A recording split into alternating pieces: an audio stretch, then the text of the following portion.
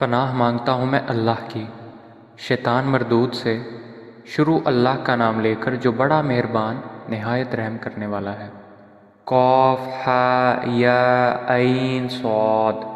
یہ تمہارے پروردگار کی مہربانی کا بیان ہے جو اس نے اپنے بندے زکریا پر کی تھی جب انہوں نے اپنے پروردگار کو دبی آواز سے پکارا اور کہا کہ اے میرے پروردگار، میری ہڈیاں بڑھاپے کے سبب کمزور ہو گئی ہیں اور سر ہے کہ بڑھاپے کی وجہ سے شعلہ مارنے لگا ہے، اور اے میرے پروردگار، میں تجھ سے مانگ کر کبھی محروم نہیں رہا، اور میں اپنے بعد اپنے بھائی بندوں سے ڈرتا ہوں، اور میری بیوی بانجھ ہے۔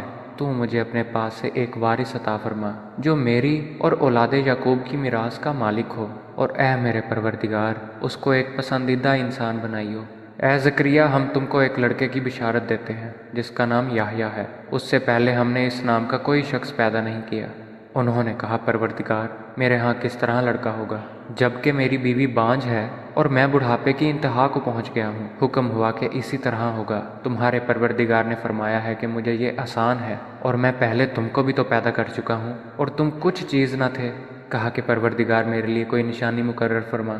فرمایا، نشانی یہ ہے کہ تم صحیح و سالم ہو کر 3 دن لوگوں سے بات نہ کر سکو گے۔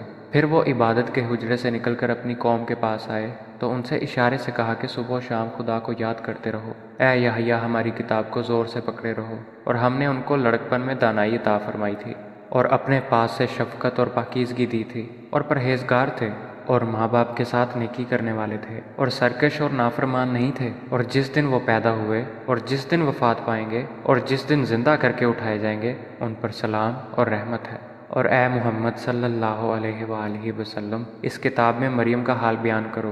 جب وہ اپنے لوگوں سے الگ ہو کر مشرق کی طرف چلی گئیں تو انہوں نے ان کی طرف سے پردہ کر لیا۔ اس وقت ہم نے ان کی طرف اپنا فرشتہ بھیجا تو ان کے سامنے ٹھیک آدمی کی شکل بن گیا۔ مریم بولی کہ اگر تم پرہیزگار ہو تو میں تم سے خدا کی پناہ مانگتی ہوں۔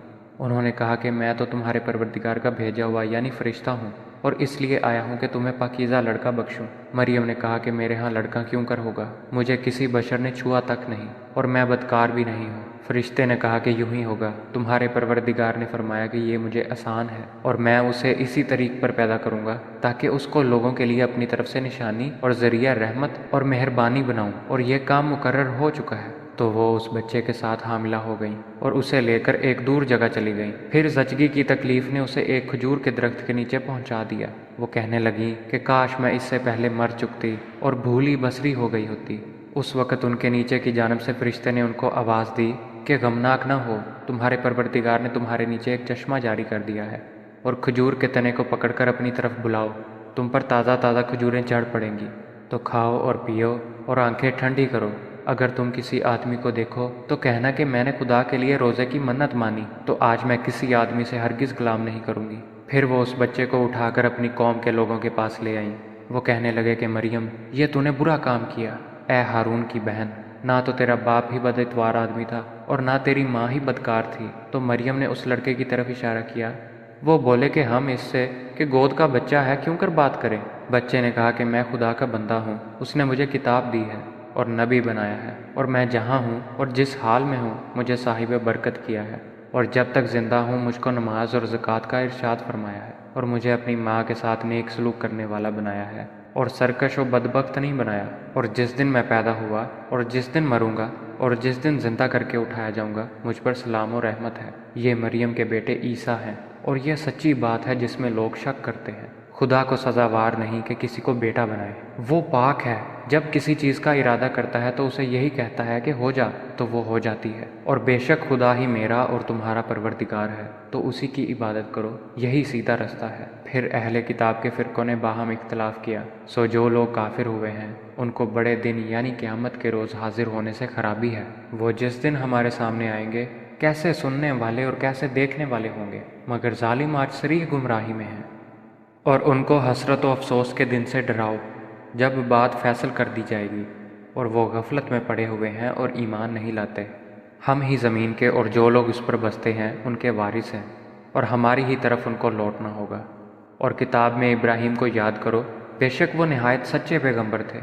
جب انہوں نے اپنے باپ سے کہا کہ ابا، آپ ایسی چیزوں کو کیوں پوچھتے ہیں جو نہ سنیں اور نہ دیکھیں اور نہ آپ کے کچھ کام آ سکیں؟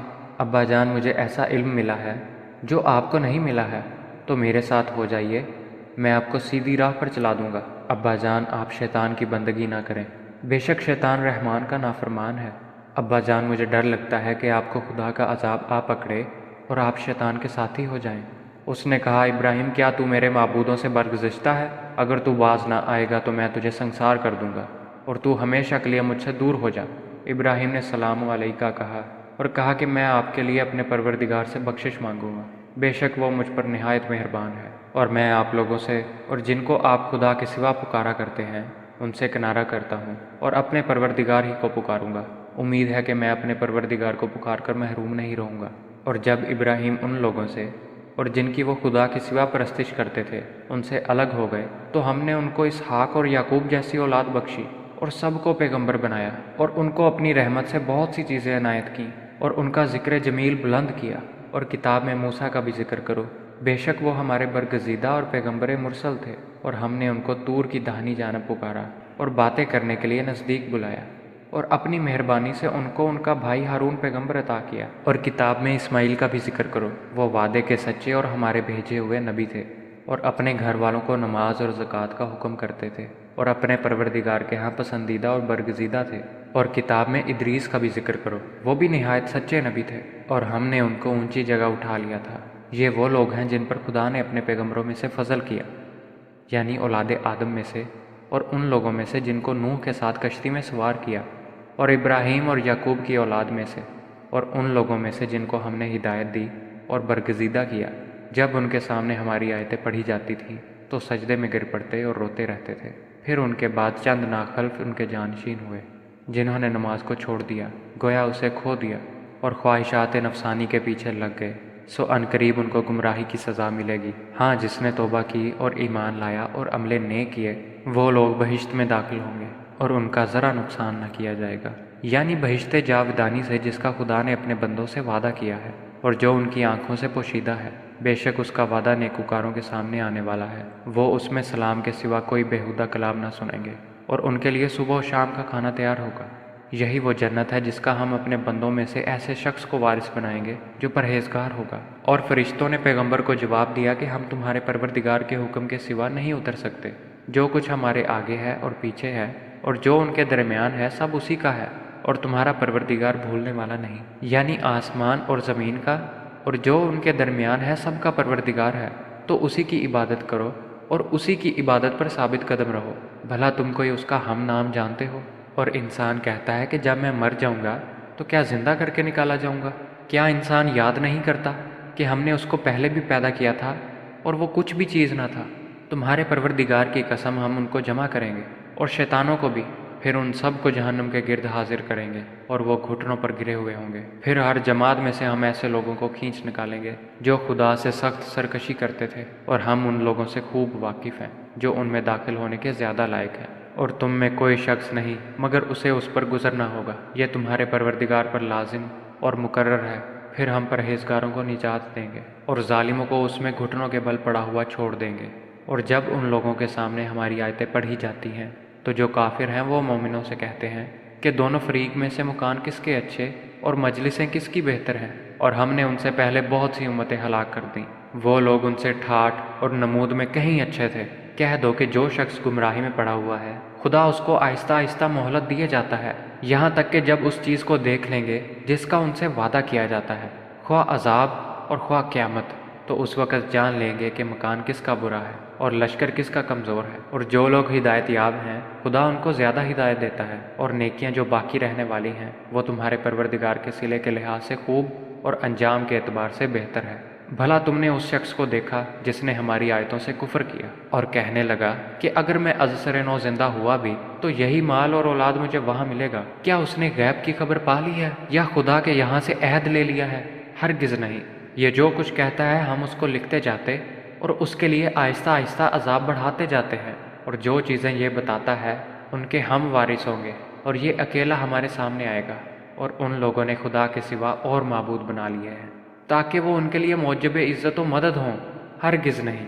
وہ معبودان باطل ان کی پرستی سے انکار کریں گے اور ان کے دشمن و مخالف ہوں گے۔ کیا تم نے نہیں دیکھا کہ ہم نے شیطانوں کو کافروں پر چھوڑ رکھا ہے کہ وہ ان کو خوب اکساتے رہتے ہیں؟ تو تم ان پر عذاب کے لیے جلدی نہ کرو، اور ہم تو ان کے لیے دن شمار کر رہے ہیں۔ جس روز ہم پرہیزگاروں کو خدا کے سامنے بطور مہمان جمع کریں گے اور گنہگاروں کو دوزخ کی طرف پیاسے ہانک لے جائیں گے، تو لوگ کسی کی سفارش کا اختیار نہ رکھیں گے مگر جس نے خدا سے اقرار لیا ہو، اور کہتے ہیں کہ خدا بیٹا رکھتا ہے۔ ایسا کہنے والو، یہ تو تم بری بات زبان پر لائے ہو۔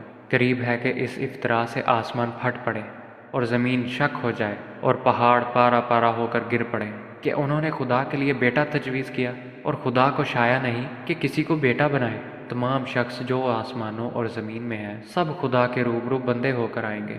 اس نے ان سب کو اپنے علم سے گھیر رکھا اور ایک ایک کو شمار کر رکھا ہے، اور سب قیامت کے دن اس کے سامنے اکیلے اکیلے حاضر ہوں گے۔ اور جو لوگ ایمان لائے اور عمل نیک کیے، خدا ان کی محبت مخلوق کے دلوں میں پیدا کر دے گا۔ اے پیغمبر، ہم نے یہ قرآن تمہاری زبان میں آسان نازل کیا ہے تاکہ تم اس سے پرہیزگاروں کو خوشخبری پہنچا دو اور جھگڑالوؤں کو ڈر سنا دو، اور ہم نے اس سے پہلے بہت سے گروہوں کو ہلاک کر دیا۔ بھلا تم ان میں سے کسی کو دیکھتے ہو یا کہیں ان کی بھنک سنتے ہو؟